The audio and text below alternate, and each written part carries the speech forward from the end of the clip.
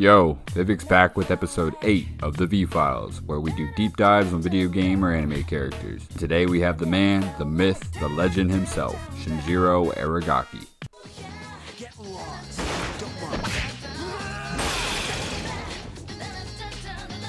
Adios, asshole. Two notes before jumping into Shinji's character overview is if you enjoyed this episode, make sure to also stick around to the end screen and click on the V-Files dedicated playlist and check out the other episodes on the rest of the P3 cast, or any of my other pretty chill series that might interest you. And lastly, I appreciate all the recent support and growth I have experienced. About to hit 100 subs. So if you want to support the dream, clickety-click that sub button. This is your friendly YouTube spoiler warning. These are the segments we will be focusing on per usual. Segment 0 will be Persona Inspiration and Lore, aka Persona Trivia. Segment 1 will be Gameplay and Combat Prowess. Segment 2 will be Character Bio, and Segment 3 will be the Character Analysis and Highlights.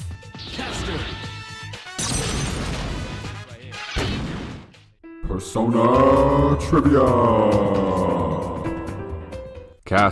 Castor was the elder twin brother of Polydeuces, Akihiko's persona, and part of the Argonauts. Both Castor and Polydeuces had the same mother, Leda, while Polydeuces' father was Zeus, while Castor's father was a mortal man, Tyndareus. Because of this, Castor was mortal while Polydeuces was immortal. When Castor died, Polydeuces requested to share his immortality with him, and they became the Gemini constellation. And adding a bit more lore than just his persona's inspiration and lore, because he only has one persona and not a second, Kinemata's mother was accidentally killed by Shinjiro during a S.E.E.S mission 2 years ago in 2007.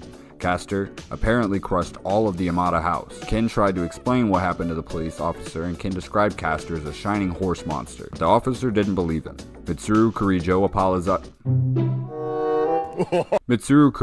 apologizes to Ken because her family probably covered up what happened as a car crashing into the house. So now we know. Shinji's persona Castor is essentially Truck-kun.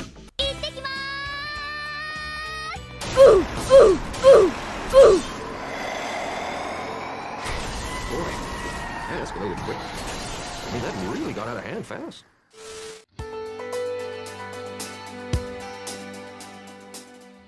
Shinji's pros is he has no weaknesses. He's a physical powerhouse, having the highest strength of all other party members. He has high counter, so 50% chance of reflecting physical damage. Regenerate 2, so he's constantly regenerating health. He has high HP, he has good bulk, and he uses hammers, which they usually have a very high damage output. His cons is no elemental spells. He doesn't have a good magic stat, but it is limiting to have no way to consistently down a target other than critical hits. No pierce damage. As a physical attacker, his basic attacks do strike damage, and he has physical skills that can do slash and strike damage, but not the third physical damage type pierce. He has low agility. He uses hammers, which are typically low accuracy on top of that, and then short stay. He leaves the party after only a bit longer than a month after joining.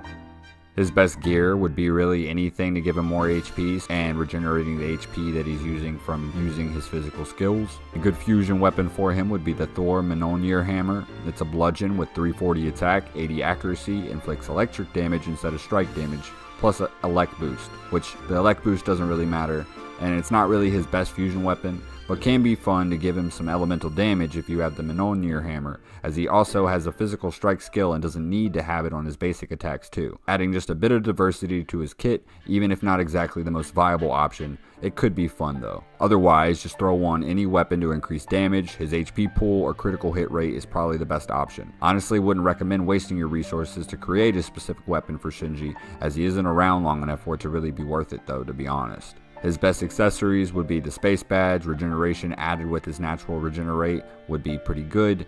The vitality ring, increase HP by 30%, also good, so he has more HP to use more attacks and take more damage. The Rudra ring, which halves the HP used when you use physical skills, or the Omega drive, which increases his crit rate significantly.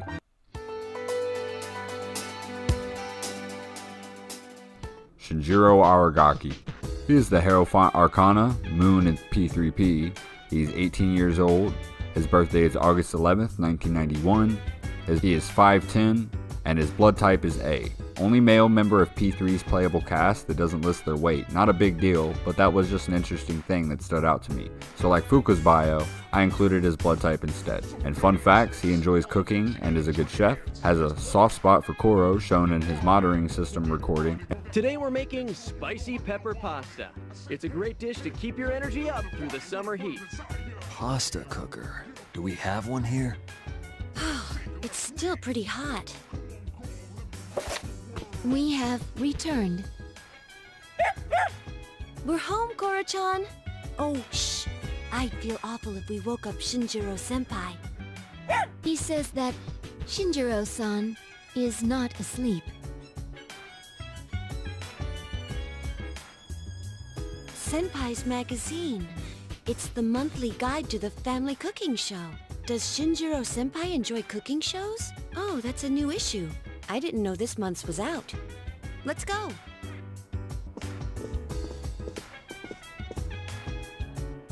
Damn it, I forgot she understands dog talk.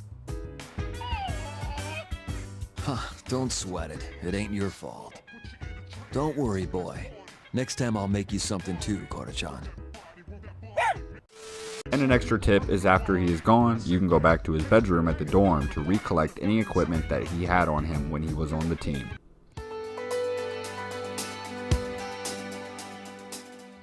Shinji is definitely an edgy character, but with a soft side as well. He first shows up when you go to visit Akihiko, who has been recovering from the shadows that attacked the dorm a month or so prior. When Junpei, Yukari, and the MC go to check on Akihiko, Shinji is in his room. He definitely comes off a bit mysterious and brooding at glance, but as you come to find out through the story, he only keeps his distance from people, probably because of the fear of his persona hurting or killing someone again. At least that is what I personally infer, as it's not completely stated outright. Is Akihiko-senpai...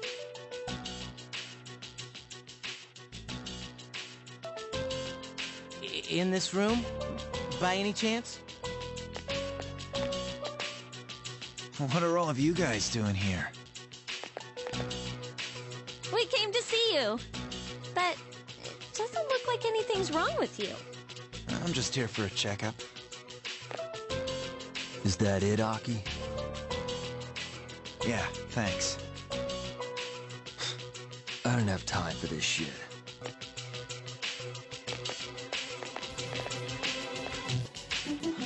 Who was that? A friend from school, sort of. There's a few different moments throughout the story before joining you where you cross paths, kind of out of coincidence, and the one night where you bump into him yet again with Junpei and Yukari, as well in the back alley of the Iwo Todai train station. He definitely comes in clutch and saves your asses as he scares off some delinquents who were threatening you and your friends, straight up headbutting the person who tries to step to him once confronted. That's enough. They didn't know what they were getting into. I'll make sure they leave, alright? Who do you think you are, dumbass? You want some too? Do I have a choice? That's it, you're going down!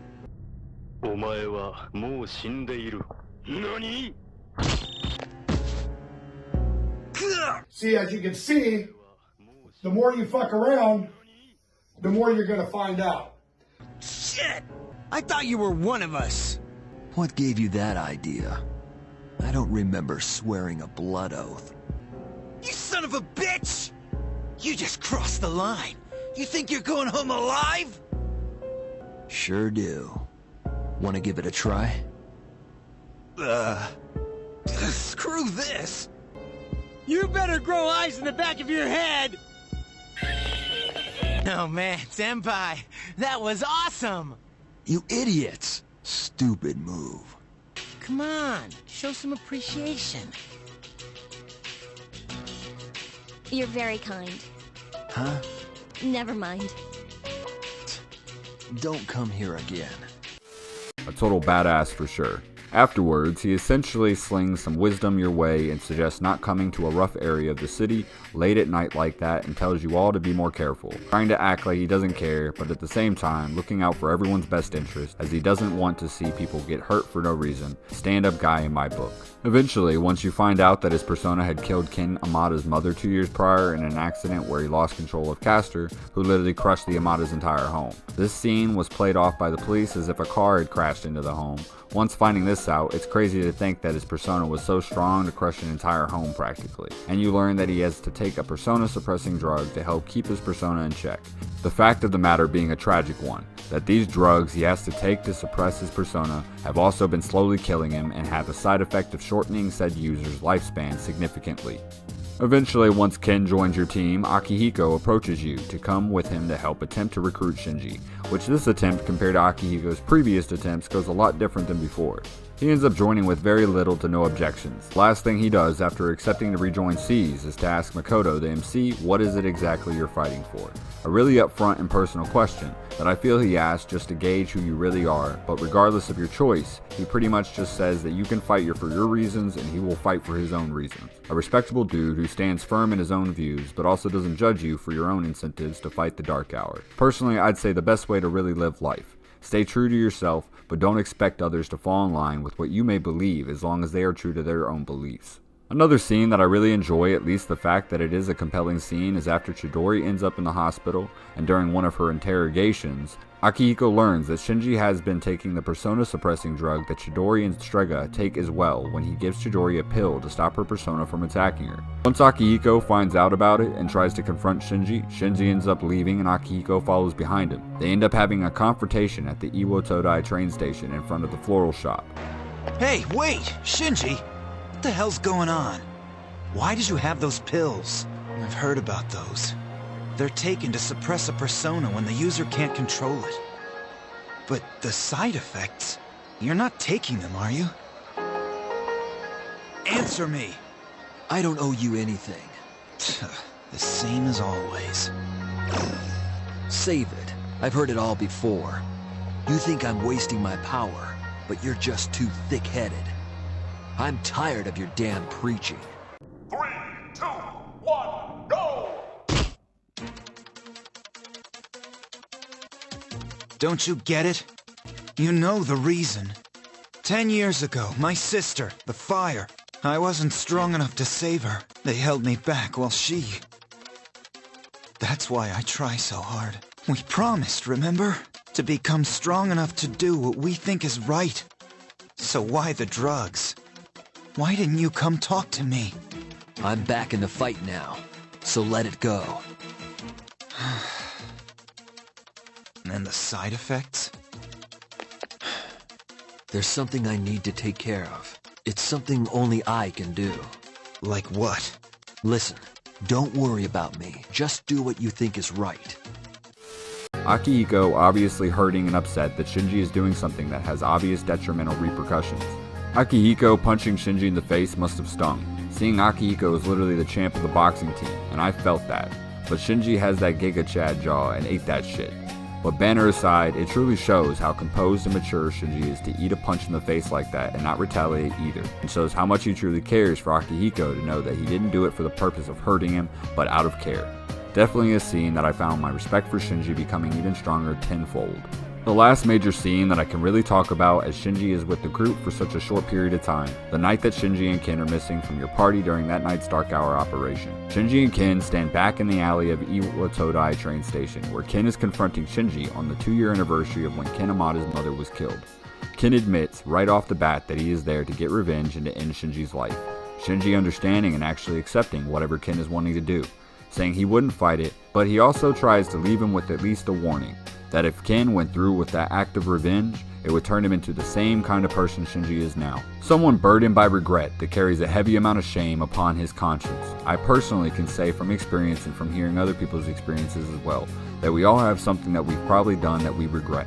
But taking a life, ripping that person away from the people they love, and that loves them, an event that happened only because Shinji was helpless to stop his persona from going berserk, and there being a precious life caught in the crossfire of his persona's rampage. Do it. I won't stop you. You're right. I wanted to forget. That's why I left the group and tried to suppress my power. But nothing I did could erase the memory. And now I find myself here. The last place I want to be. It's my fault. This is what I deserve. But let me give you one warning. If you decide to take my life, you'll end up like me. Just remember that. Even if all you have now is hatred, one day you'll regret it. It doesn't matter anymore. I'll never have my revenge. I have no reason to live. I see. So you have achieved resolution. How enviable. Then you shall be first. Rest peacefully.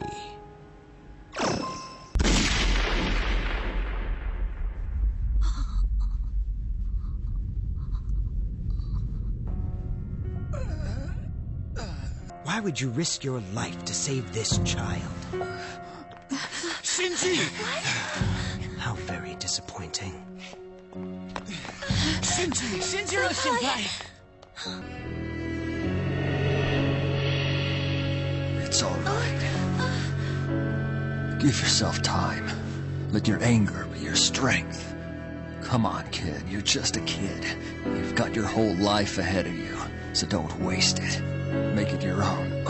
Okay? But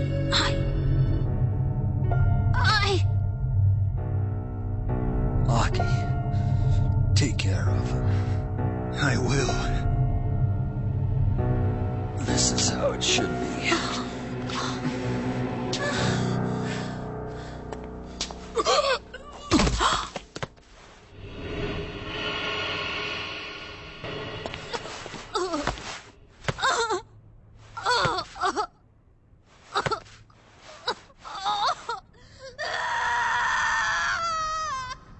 Really thinking about it, Shinji, even in just his short time being with the group, has so many layers and complexities to his struggles, triumphs, and ultimately his end. Going out on the most poetically heroic note anyone could go out on. And this song playing right now is One Hand, One Heartbeat, a song I've listened to countless times by now. It's such a beautiful song and it is seen as a tribute to Shinji and his legacy, playing during his funeral and memorial after passing away.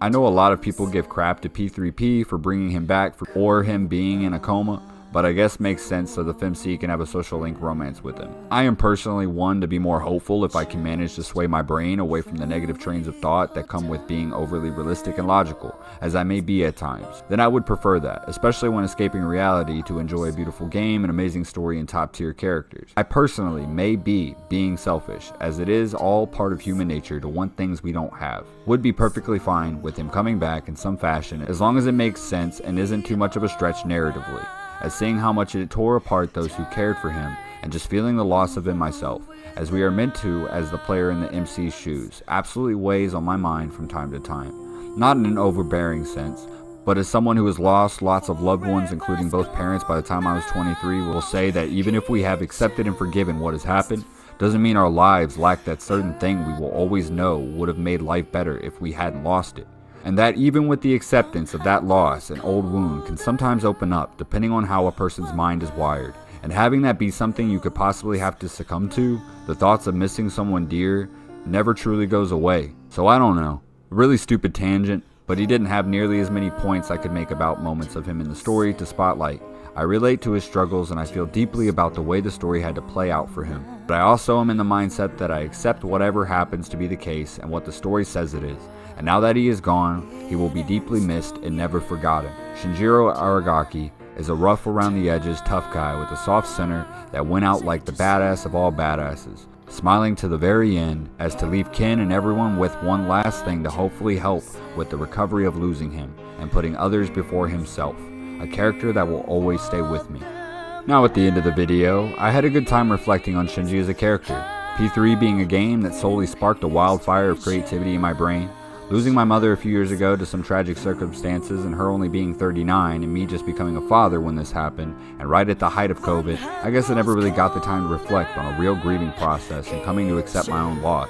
But seeing P3 and how the cast came to accept death as admirably as they did, I guess also finally helped me let go of my own baggage, and with the weight off my shoulders, I could really begin to want to enjoy the things I enjoyed before and grow. So to Persona 3, its cast, the developers and creators behind the game, and its faithful fan base who also are so passionate about it, I'd like to say thanks. If you enjoyed this video, make sure to like, comment, and subscribe, and maybe hit that little bell so you can stay up to date with my consistent drops.